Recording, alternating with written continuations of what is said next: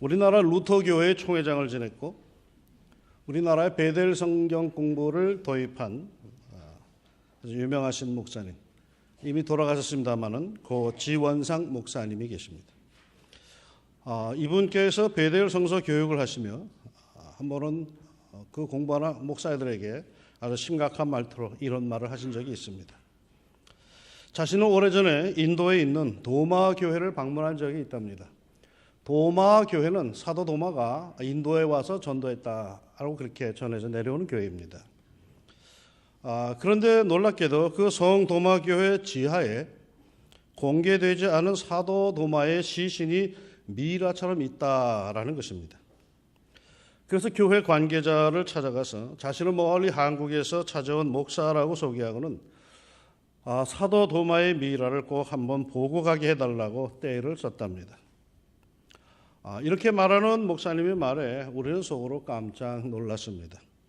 사도 도마의 시신이 아직 있다니, 그런 소리 들어본 적이 없는데 와, 그게 정말인가?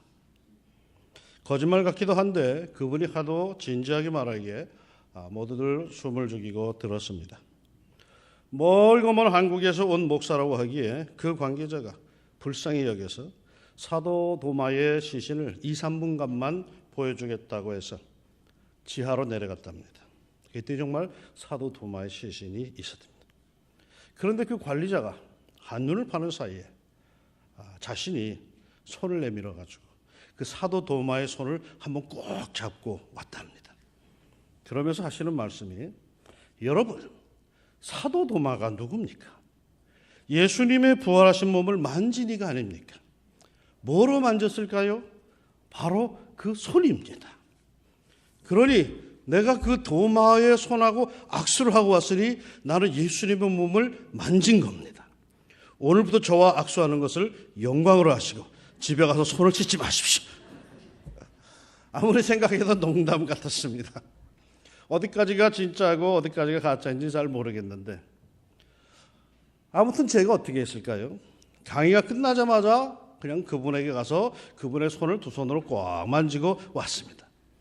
이제 여러분도 제 손을 잡을 때는 예사롭게 잡지를 마십시오. 예수님의 손을 직접 만진, 도마의 손을 직접 만진, 지원상 목사의 손을 직접 만진 양 목사의 손입니다. 그래서 제 손이 이렇게 두툼합니다. 손가락 정도가 아닙니다.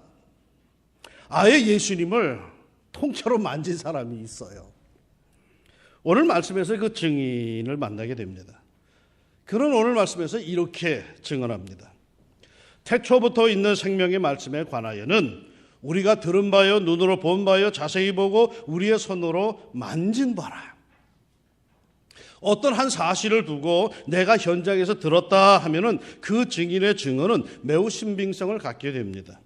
직접 들었다는데 어쩔 겁니까? 그뿐이 아니죠. 눈으로 본 바요, 듣는 정도가 아니라 내가 눈으로 봤다 하면은 이건 더 확실한 증거가 됩니다. 봤다는데 어쩔 겁니까? 하지만 혹시 이런 경우가 있을 수는 있습니다. 봐도 잘못 본 거죠. 어느 고등학교 미술 시험에 생각하는 사람을 조각한 이가 누구입니까? 라는 문제가 나왔습니다. 정답은 로댕이죠. 생각하는 사람을 조각한 건 로댕. 그런데 한 녀석이 옆 친구의 답안지를 훔쳐보고는 이렇게 적었답니다. 오뎅.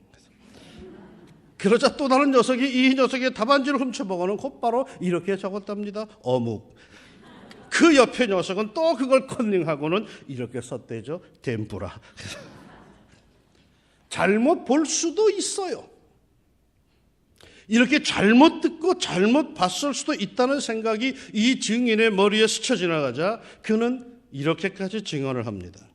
내가 자세히 보고 또 손으로 만진 바라. 이보다 더 확실한 증거가 어디 있겠습니까? 내가 귀로 듣고 내 눈으로 본 것으로도 부족하여서 내가 자세히 다시 보았고 그리고 내 손으로 직접 만졌다. 두말할 것 없이 확실한 증거입니다. 그런데 뭘 그렇게 듣고 보고 그것도 모자라서 자세히 보고 직접 만졌다는 걸까요? 태초부터 있는 생명의 말씀 곧 그리스도 예수입니다. 우리가 지금 오늘날 예수님 하는 이 예수님에 대한 이야기는 소설이 아닙니다. 그 예수님을 실제로 보고 듣고 손으로 만진 이러한 사도들의 증언에 의해서 오늘 우리들에게까지 내려온 것입니다. 그러니까 우리가 오늘날 갖고 있는 예수 그리스도에 대한 신앙은 이거는 역사적인 사실입니다. 2절에 보니까 이 생명이 나타나신 바 된지라 이 영원한 생명을 우리가 보았고 증언하여 너희에게 전하노니 이는 아버지와 함께 계시다가 우리에게 나타내신 바 된 이시니라. 예수님은 하나님 아버지 하나님과 함께 계시다가 우리에게 나타나신 분이십니다. 이런 예수님을 듣고 보고 손으로 만진 이가 오늘 성경 요한 1서를 기록한 예수님의 친제자 사도 요한입니다. 사도 요한은요, 실로 예수님의 공생애 3년 동안 예수님과 동고동락했습니다. 언제나 예수님 곁에서 예수님을 직접 배웠고 직접 그 말씀과 그 가르침을 들었고 그게 진짜인가 가짜인가 자세히 봤고 한 걸음 더 나가서 자기 손으로 만져본 사람입니다. 다른 제자들이 다 달아난 그 십자가 현장에서도 끝까지 남아 있었던 이가 요한이고 십자가상에서 숨을 거두실 때에 육신의 어머니 마리아를 부탁받은 이도 바로 이 사도 요한입니다. 예수님의 제자들 중에 사도 요한보다 더 자세히 그리고 가까이 예수님을 뵙고 터치한 이가 없습니다. 그러니 이런 사도 요한이 우리에게 전해주고 알려주는 예수님은 사실 그대로 진리 그 자체입니다. 그런데 그는 왜 우리에게 이런 예수님을 증언하고 있는 걸까요? 3절의 말씀이 이렇습니다. 우리가 보고 들은 바를 너희에게도 전함은 너희로 우리와 사귐이 있게 하려 함이니 우리의 사귐은 아버지와 그의 아들 예수 그리스도와 더불어 누림이라. 기독교 신앙은 사귐입니다. 사귀지 않고는 결코 모릅니다. 이론적으로 멀리서 연구하여서 이렇다 저렇다 하는 것은 불완전합니다. 불교나 다른 종교는 내내 명상하고 수도하고 연구하여 파고드는 종교일런지 모르지만은 기독교는 사귐의 종교입니다. 기독교 신앙은 앉아서 연구하여서 깨닫는 거 아닙니다. 책방에 들어가서 골방에 들어가서 연구하는 사람 아직도 예수 못 만난 사람 허다합니다. 그러나 골방에 안 들어가도 책상에 안 앉아 있어도 성도들과 더불어서 쫓아다니면서 아무것도 모르면서 같이 뒹굴면서 같이 봉사하고 같이 생활하다가 예수 만난 사람들, 이게 진짜 기독교인들입니다. 기독교 신앙은 사귐 가운데 생기고 성장하고 성숙하는 신앙입니다. 성자 하나님이 성부 하나님, 성령 하나님과 영원전부터 사귀다가 때가 되어서 이 땅에 오셨고 그 사귐, 그 거룩하고 영원한 사귐을 비천한 우리들에게도 전해준 것이 기독교 신앙의 내용입니다. 기독교의 복음이 뭡니까? 쉽게 믿어지지 않겠지만은 그 거룩한 삼위일체의 하나님, 그 거룩한 사귐에 추하고 추한 인간을 하나님이 초대하셨다는 것입니다. 그것도 예수님의 십자가를 통해서 그 초대의 길을 여셨다라는 것입니다. 그래서 누구든지 예수님을 의지하여서 하나님의 그 거룩한 사귐, 그 교제에 참여할 수 있게 되었다라는 것이 복음입니다. 할렐루야. 사귄다는 게 뭡니까? 오늘 본문에 나오는 사귐이라고 하는 단어는 코이노니아라고 하는 단어입니다. 아마 교회 다닌 사람들은 많이 들어봤을 겁니다. 코이노니아. 이 코이노니아가 무슨 뜻이냐 하면 여러 가지 경우가 나옵니다만은 대체적으로 분명한 뜻은 이겁니다. 함께 나누는 것, 어떤 것을 나누어 주는 것, 이른바 쉐어링 하는 겁니다. 나누는 것입니다. 독점하는 게 아니라 나누는 겁니다. 교제, 사귐이란 서로 나누는 거죠. 서로 자기가 갖고 있는 것을 나누는 겁니다.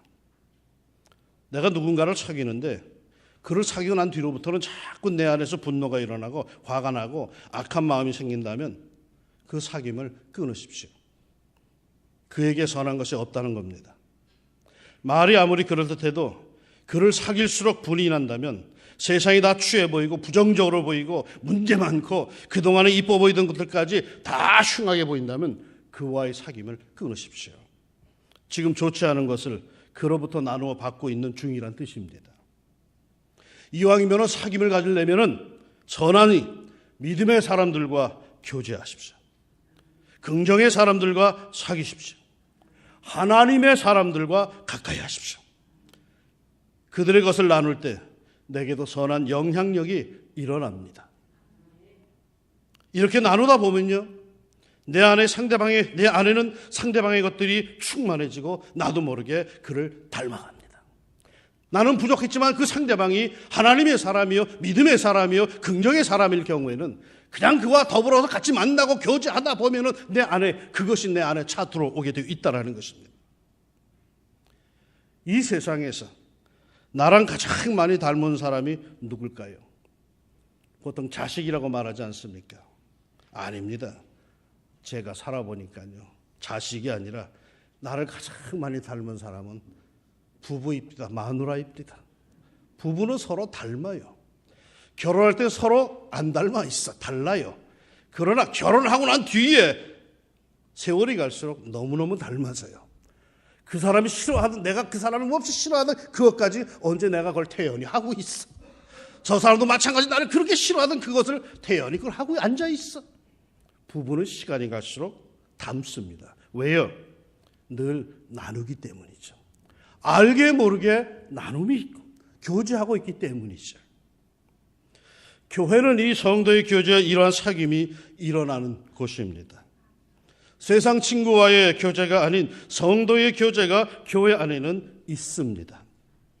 만나서 세상 이야기나 나누는 그런 교제 말고요, 교회를 염려하고 의와 진리를 추구하며 하나님의 나라를 세우기 위해 서로가 격려하며 힘을 더하여 주는 성도의 교제가 반드시 교회에는 있어야 합니다. 어떤 이는 그런데요, 교회만 갔다 오면 시험이 들고 마음이 불편하다고요. 그런 교회 다니지 마세요. 은혜도 받지 못하고 시험만 드는 교회는 뭐 때문에 다닙니까? 그런데 모두가 은혜 받는데 나만 그렇다? 그럼 자기를 바꿔야 되는 거죠. 교회는 신령한 성도의 교제가 이루어지는 곳임을 믿습니다. 여긴 육신의 사교 모임이 아니에요. 나와 뜻이 같은 사람끼리 모이는 게 아니에요. 여기는 하나님의 영, 성령의 교통하심을 따라서 우리가 같은 하나님의 자녀로 만들어져가는 한 공동체이지, 어떠한 주장을 갖고서 서로 만나는 정치 집단이 아니에요. 그러기에 교회만 다녀가면은 얼굴빛이 달라져야 돼요. 서로가 고무되고 격려되는 그런 성도의 교제가 있어야 돼요. 이른바 영적인 교류, 영의 권세가 있는 그런 신앙 공동체, 그런 교회가 되어야 할 줄로 믿습니다. 어느 집사님 남편은 교회를 안 나오는 분이에요. 그런데도 그분은 늘 부인이 교회 가는 것을 챙긴답니다. 주일날 조금이라도 미적거리면 왜 교회를 안 가느냐고 아주 난리를 친답니다. 자신은 교회도 안 나오면서 왜 그러느냐 했더니 자기 부인이 교회만 다녀오면 얼굴이 천사가 된답니다. 그러나 교회를 빠지면 한 주간 내내 무섭답니다. 그거 괜찮은 것 같아. 성도의 교제. 이 왕십리 중앙교회는 언제나 성도의 교제, 모두가 천사가 되는 그런 거룩하고도 신령한 교제가 충만하기를 주의 이름으로 축원합니다. 이런 성도의 교제가 제대로 이루어지려면 어떻게 해야 할까요? 무조건 만나고 이야기하고 소통하면 되는 겁니까? 같이 밥 먹으면 되는 겁니까? 성도의 진정한 교제가 이루어지는 교회가 되려면 무엇보다 하나님과의 교제가 선행되어야 합니다. 사도 요한도 오늘 그걸 말씀하고 있습니다. 교회는 사귐이 있는 곳인데 그 사귐의 근본은 거룩한 하나님과의 사귐이요, 그리고 사도들과의 사귐이요, 성도들의 사귐이라고요.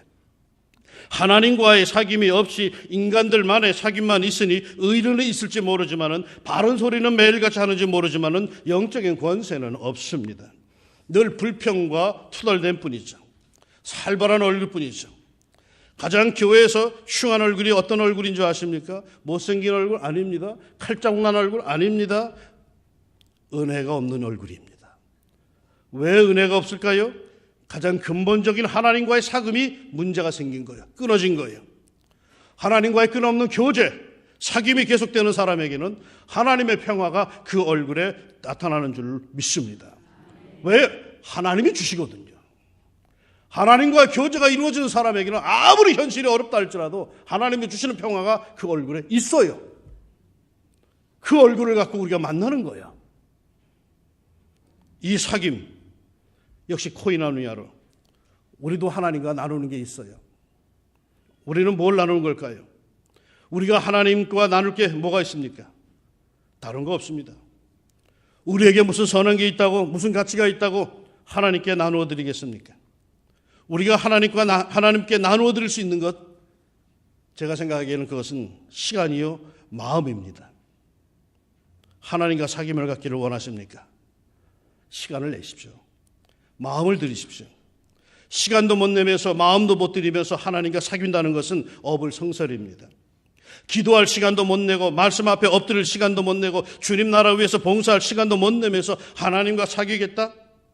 마음조차 인색하고 마음조차 완악하고 마음조차 이기적이면서 하나님과 나눈다? 먼저 시간, 마음을 하나님께 드립시다. 그러면 하나님은 우리에게 뭘 나누어 주십니까? 하늘의 신령함과 땅의 풍성함, 평안함을 우리에게 물론 주시죠. 그런데 그것들보다 훨씬 더 귀한 것은 우리가 말이죠. 하찮은 인간에 불과하던 우리가 하나님을 닮아간다는 것입니다. 하나님의 자녀로 더욱 성숙해 간다는 것입니다. 왕같은 제사장이여 거룩한 나라요 하나님의 소유된 백성으로서 우리가 점점 구색을 갖추어 간다는 것입니다. 내 얼굴에 예수님의 얼굴이 보이고 내 품성에 하나님의 품성이 보인다는 것이죠. 내 보잘것없는 삶에 성령의 권세와 힘이 나타난다는 것이죠. 내 안에 그리스도의 형상이 새겨지고 그리스도의 심장이 생기고 그리스도 중심의 삶으로, 그러한 사람으로 변화되는 것이죠. 이보다 귀한 축복이 어디 있겠습니까? 전에는 생짜 인간의 모습 그대로 갖고 내가 신앙생활을 했는데 신앙생활을 하면서 하나님과 교제하다 보니까 점점 내 모습 속에 예수 그리스도의 모습이 갖춰져 가고 있다는 것. 하나님의 자녀로서 하나님을 가장 많이 닮은 성도들이 되시기를 축원합니다. 이 사귐을 위해서 우리에게 제일 필요한 게 뭔지 아십니까? 기도입니다. 곧 하나님과 대화입니다. 하나님은 나와 대화하기를 원하십니다. 구약 성경에 보면 말이죠, 좀 독특한 선지자가 하나가 있습니다. 얼마나 말을 안 하는지, 하나님의 종임에도 할 말만 하지 다른 말을 하지를 않습니다. 그냥 몇 마디로 다 끝입니다. 몇 마디 더 할라치면 손사래를 칩니다. 하나님께서 정말 원하시는 것은 그와 대화, 말하는 것인데 이 하나님의 종은 얼마나 무뚝뚝한지 자기 할 말만 하고 입을 꼭 다뭅니다. 그와 함께 있는 것이 아주 어색합니다. 그래서 하나님께서는 일을 벌이십니다. 작업을 하십니다. 그래서 벌어진 게 뭔지 아십니까?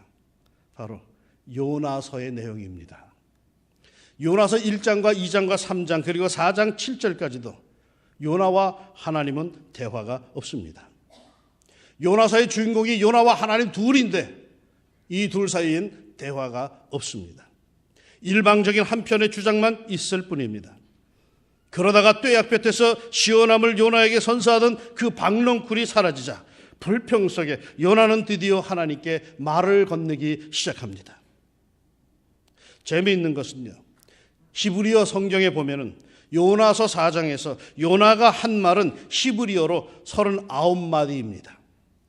그런데 이러한 요나에게 하나님께서 하신 말씀도 역시 39마디 뿐입니다. 더도 덜도 안 하십니다. 요나가 말한 만큼 하나님도 말씀하십니다.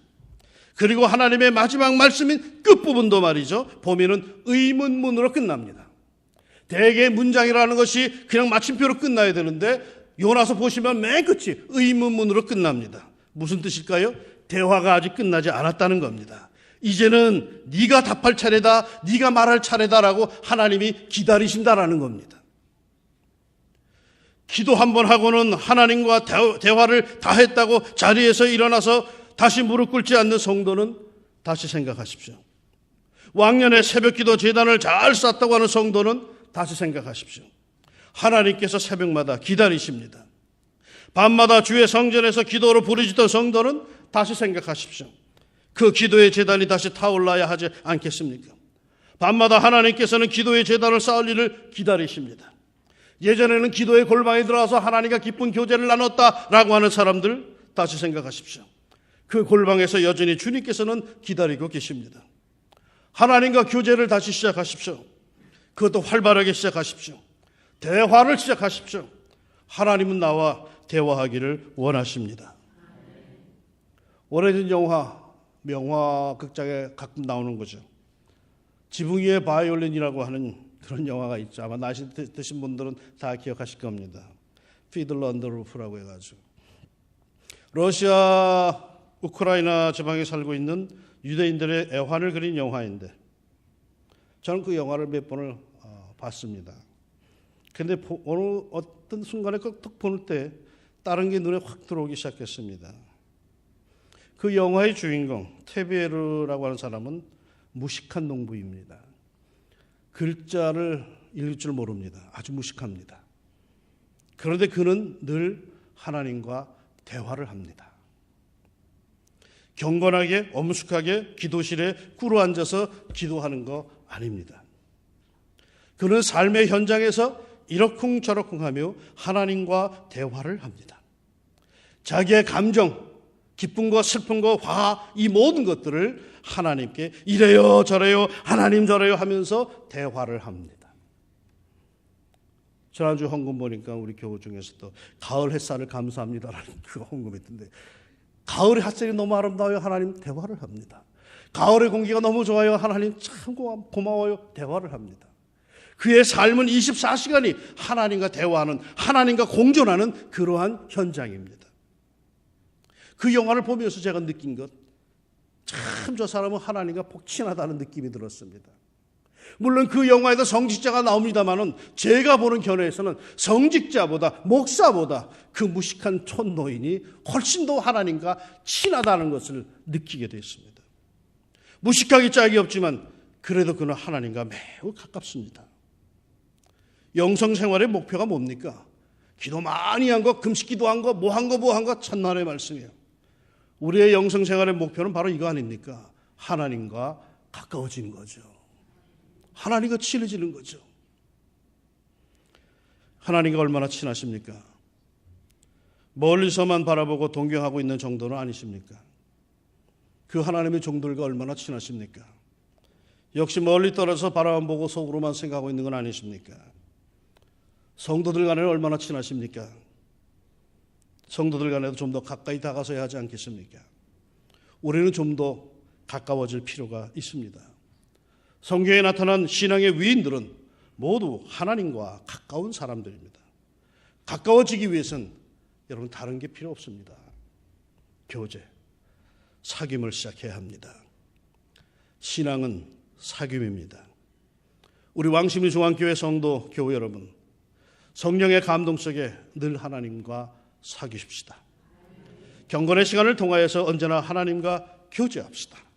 성령의 교통하심 속에 하나님을 닮아갑시다. 그리고 이 주님을 닮아감이 가장 확실한 사람들과 교제에 힘씁시다. 믿음의 어른들을 쫄래쫄래 따라다닙시다. 믿음이 좋은 사람들과 함께 합시다. 이 왕십리 중앙교회는 108년 동안 이러한 성도의 교제가 있었던 교회입니다. 믿음의 선배들을 통해서 우리는 하나님 섬김의 예를 배우고 믿음을 어떻게 지켜가야 하는지를 배우고 하나님은 어떤 분이신지 우리의 도리는 무엇인지를 배워왔습니다. 오늘 우리 왕십리 중앙교회 혹시 처음으로 찾아오는 분들이 계십니까? 우리하고 사귀시다. 데이트 신청하는 겁니다. 우리 안에 거하시고 이미 우리와 교제하시는 성령의 역사와 감동과 축복 속에 함께 들어와서 성령의 열매를 맺으며 우리 함께 복되게 교제하며 함께 삽시다. 사도 요한은 이 사귐의 축복을 이렇게 보증했습니다. 우리가 이것을 쓰면 우리의 기쁨이 충만하게 하려 함이라. 이 기쁨이 충만한 우리 교회, 우리 성도들의 삶이 되기를 주의 이름으로 축원합니다. 기도합시다. 하나님, 만나게 하심을 감사합니다. 내 옆에 앉아있는 사람, 오늘 내가 하루 종일 교회에서 만나는 사람, 그를 통하여서 예수 그리스도를 배우고, 그를 통하여서 성도의 삶을 배우고, 그를 통해서 교회를 어떻게 섬기고 이 땅에서 어떻게 사는 것이 바른 성도의 삶인지 배우게 하심을 감사합니다. 하나님, 이 교회에서 성도들이 만날 때마다 이 거룩한 성도의 교제가 이루어지게 하여 주시고 서로를 통하여서 아름답고 신령한 것을 나누는 가운데 배워갈 수 있는 저희들이 되게 하옵소서. 이 나눔과 이 사귐 속에는 사람의 생각이 아니라 먼저 하나님과의 교제, 하나님과의 사귐이 먼저 선행되게 하여 주시사 언제나 하나님 앞에 기도하게 하시고 대화하게 하시고 하나님께 받은 것을 그대로 전할 수 있는 성도의 거룩한 교제가 우리 교회 안에 더욱 일어나게 하옵소서. 혼자 외롭게 그렇게 있는 이들 없게 하여 주시고 마음의 문을 열게 하시고 손을 내밀어 함께 더불어 하나님의 사람들로서 이 땅에서 주의 나라를 세워갈 수 있는 복된 동역자들, 복된 성도들이 되게 하옵소서. 하나님, 성령의 교통하심이, 성령의 교통하심이 삶이 어렵고 힘들고 혼자라고 생각하는 사람에게 더욱 강렬하게 일어나기를 원합니다. 끌어당겨 주시사 함께 더불어 이 역사를, 복된 역사를 이룰 수 있도록 도와주옵소서. 예수님의 이름으로 기도합니다. 아멘.